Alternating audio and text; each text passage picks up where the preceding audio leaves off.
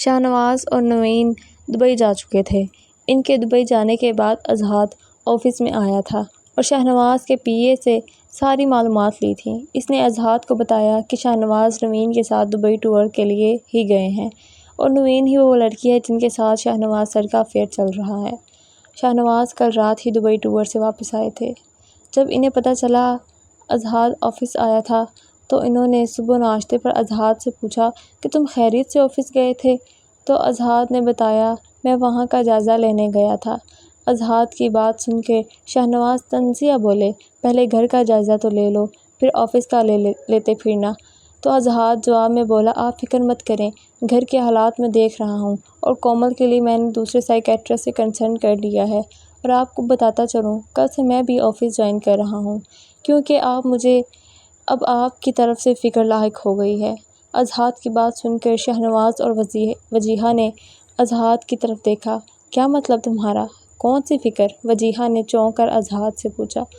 آپ نے غور نہیں کیا دن بدن ڈیڈ کی پرسنالٹی میں بڑھتے ہوئے نکھار کو اور دبئی سے واپسی پر ڈیڈ کچھ زیادہ ہی فریش نظر آ رہے ہیں۔ اظہار کی بات سن کر شاہنواز کو غصہ آ گیا۔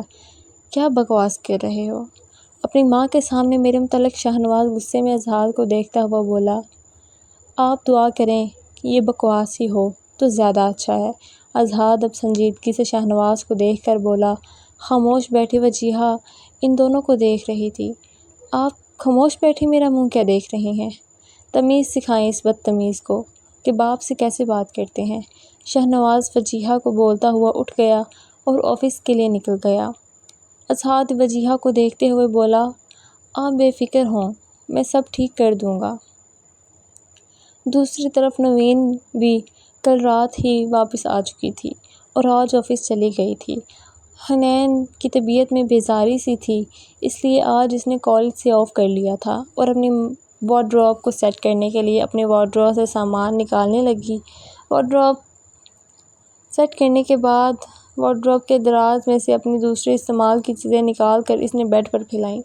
حنین باجی رات کا کھانا بنا دیا ہے اب میں گھر کے لیے نکل رہی ہوں۔ صابرہ کے جانے کے بعد حنین نے باہر کا دروازہ لاک کیا اور خود واش روم میں چلی گئی۔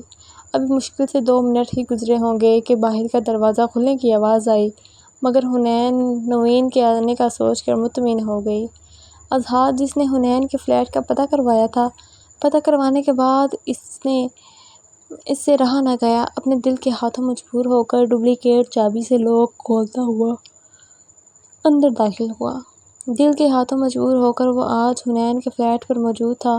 اس کی نظر ایک کمرے پر گئی جہاں لائٹ آن تھی۔ وہ اس کمرے کی طرف بڑھا مگر بیڈ پر لڑکیوں کا پرسنل بکھرا ہوا سامان دیکھ کر اظہار کے ہونٹ سیٹی کی شیپ میں گول ہوئے تھے۔ اس کی نظر واش روم کے بند دروازے پر گئی۔ وہ چلتا ہوا بیڈ کے قریب آیا، سامان کو سائیڈ پر کرتا جوتوں سمیت بیڈ پر لیٹ گیا اور بیڈ پر رکھا ہوا پیکٹ پکڑے چہرے پر شیطانی مسکراہٹ سجائے اس پیکٹ کو بال کی طرح اچھالنے لگا۔ حنین واش روم سے باہر آئی۔ اس کا ارادہ کبرڈ کے دراز کو سیٹ کرنے کا تھا مگر سامنے اظہار کو بیڈ پر لیٹا دیکھ کر بے ساختہ چیخ نکلی تھی اور اس کے ہاتھ میں اپنا اتنا پرسنل سامان دیکھ کر بے ساختہ شرم سے سرخ ہوئی تھی۔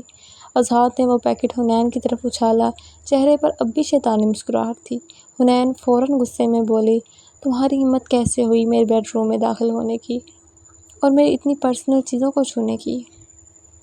نیکسٹ ناول نیکسٹ پارٹ کافی رومانٹک ہے، پلیز آپ ریڈ کرنے کے لیے میرے چینل کو سبسکرائب ضرور کریں۔ اللہ حافظ۔